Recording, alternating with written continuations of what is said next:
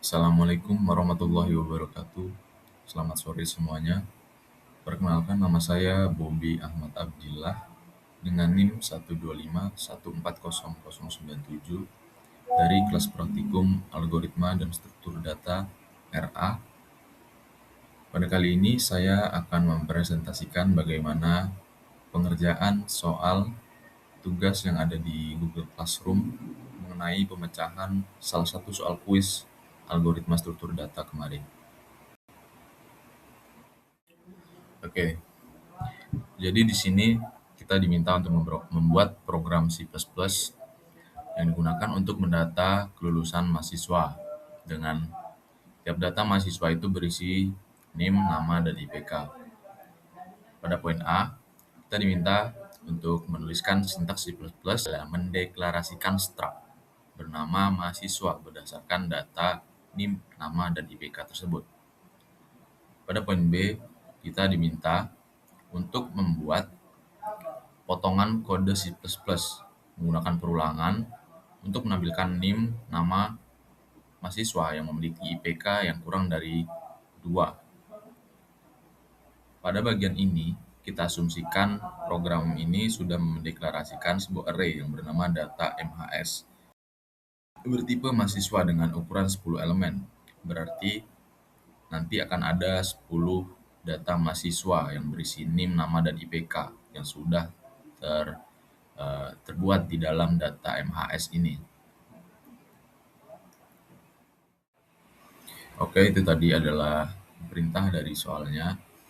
Nah, untuk langkah selanjutnya akan saya lakukan pembuatan kode program C++ dari sesuai dari apa yang diminta di dalam soal tadi. Oke, sekarang saya sudah berada di dalam aplikasi compiler yang bernama GDB Online Debugger. Aplikasi compiler ini bisa diakses melalui search engine seperti Google Chrome. Oke, selanjutnya saya akan melakukan pembuatan kode program seperti apa yang diminta pada soal tadi.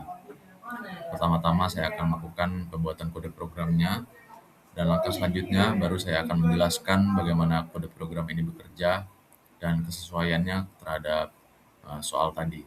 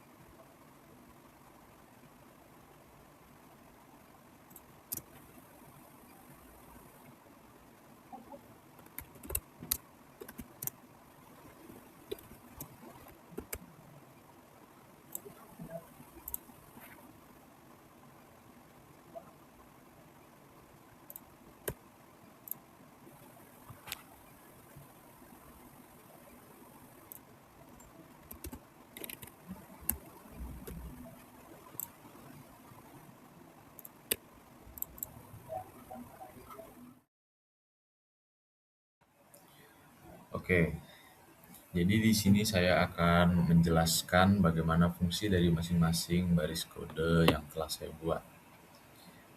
Oke, jadi yang pertama kita eh, perlu menuliskan pustaka atau library include IOStream.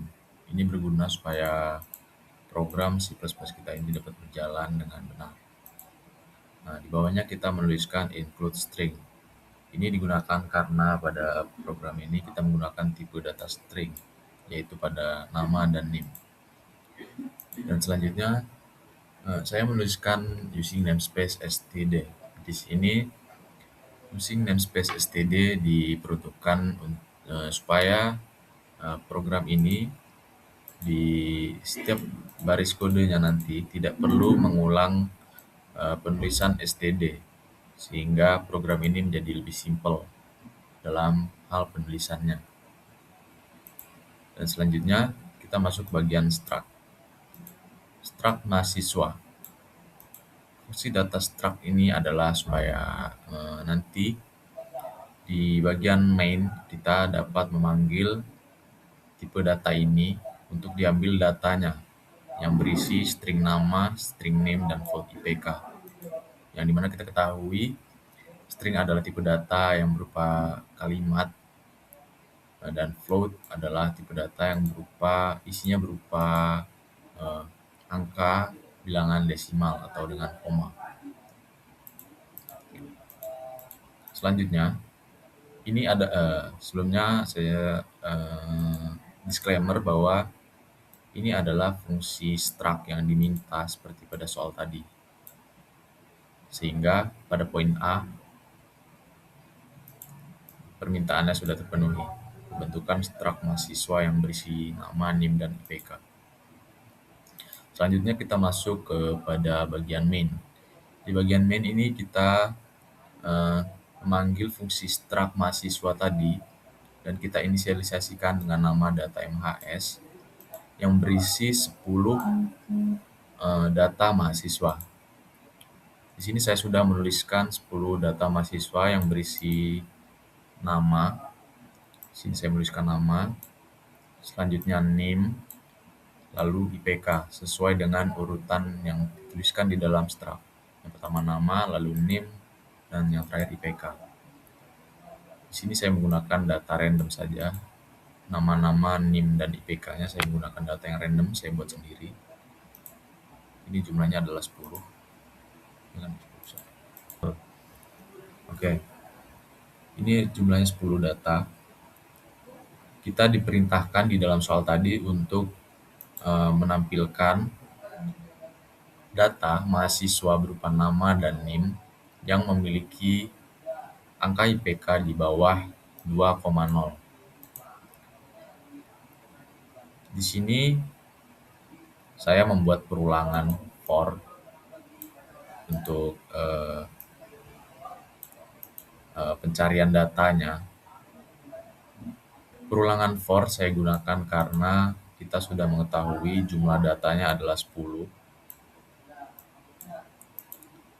Sehingga karena jumlah data sudah diketahui, maka base case-nya sudah diketahui jika kondisi I ini sudah memenuhi 10 pemanggilan, maka data tersebut pemanggilannya dihentikan.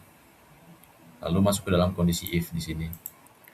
Di dalam if ini, sesuai dengan soal yang tadi, pada bagian B, kita diminta untuk menampilkan data mahasiswa yang IPK-nya di bawah 2,0,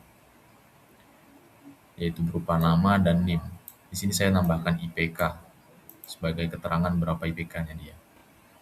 Kondisi ini dibaca jika IPK di bawah 2,0 diambil data dari data MHS pada perulangan ke I, maka akan men-coutkan atau menampilkan data nama diambil dari data MHS pada data ke I dot nama, itu akan menampilkan nama mahasiswa dengan data IPK di bawah 2,0, dan NIM akan menampilkan data mahasiswa berupa NIM yang IPK-nya di bawah 2,0. Dan keterangan IPK di sini saya tambahkan berapa IPK mahasiswa tersebut. Jadi kurang lebih outputnya akan seperti ini.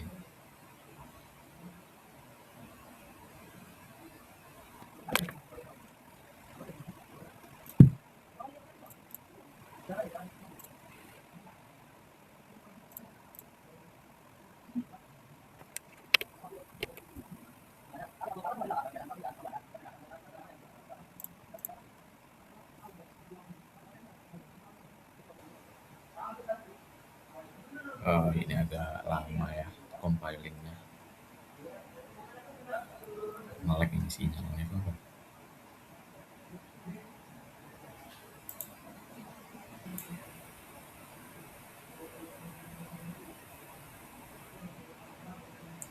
Oke. Nah, ini dia output yang dihasilkan. Data kelulusan mahasiswa dengan IPK-nya yang kurang dari 2,0. Pertama ada Burhan dengan IPK 1,8, lalu Bagus dengan 1,66, Arya dengan 1,1, Farel dengan 1,78. Ini semua adalah data-data mahasiswa yang tertampil di sini. Hanya saja dia tersaring yang di mana IPK-nya itu kurang dari 2. Kita lihat di sini semua IPK-nya di bawah 2. Jadi dengan ini maka perintah dari soal di Google Classroom tadi sudah terpenuhi pada poin B.